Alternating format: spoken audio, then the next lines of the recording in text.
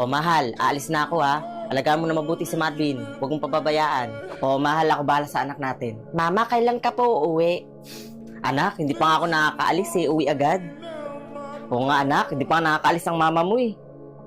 Mama, huwag kang magtagal dun ha. Anak, pupunta si mama sa ibang bansa dahil magtatrabaho. At para rin yun sa kinabukasan mo at para sa mga pangangailangan mo sa school. Okay, mag-aaral ka na mabuti ha. Apo, mama. Sige mahal, alis na ako ha. Maaga pa yung flight namin. Sige mahal, mag-iingat ka ha. Bye-bye anak, I love you. Love you too mama, ingat ka po.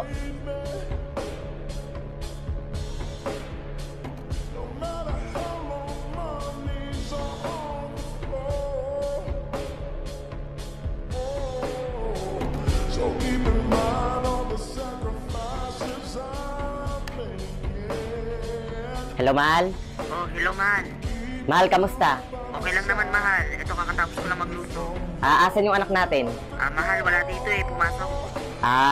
Mahal, malapit na pala mag-bill sa kuryente, no? Oo nga, mahal eh. Ngayong week na.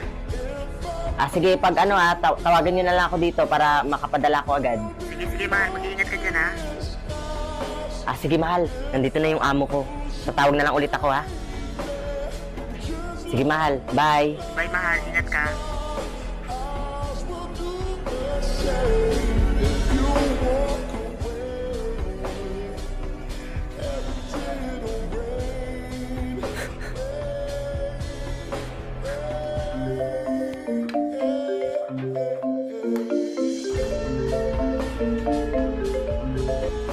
Hello, mahal? Mahal, nandito kami ngayon sa ospital. Ano? Bakit ano nangyari? Mahal, sinugod ko yung anak natin sa ospital. Bigla na lang kasi sumakit yung tiyan niya tapos inimatay siya. Hindi ko alam kung bakit eh. Tapos sabi ng doktor, malala daw yung sitwasyon ng anak natin. Mahal, kailangan mo umuwi ngayon dito. Sige, gagawa ko ng paraan para makapagpaalam ako sa amo ko. Sige, mahal. Sana payagan ka ng amo mo. Bantayan mo yung anak natin dyan, ha? Huwag mong papabalaan. Oo, mahal. Nandito na ako. Binabantayan ko yung anak natin. Huwag ka mag-alala. Sige, magpapaalam na ako sa amo ko.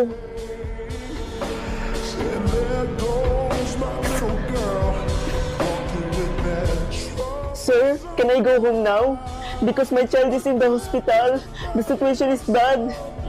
Please, sir. Okay. Please don't cry. I will book your flight now. Thank you, sir. Thank you.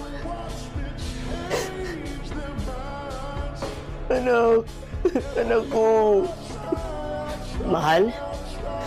Kamusta na yung anak natin?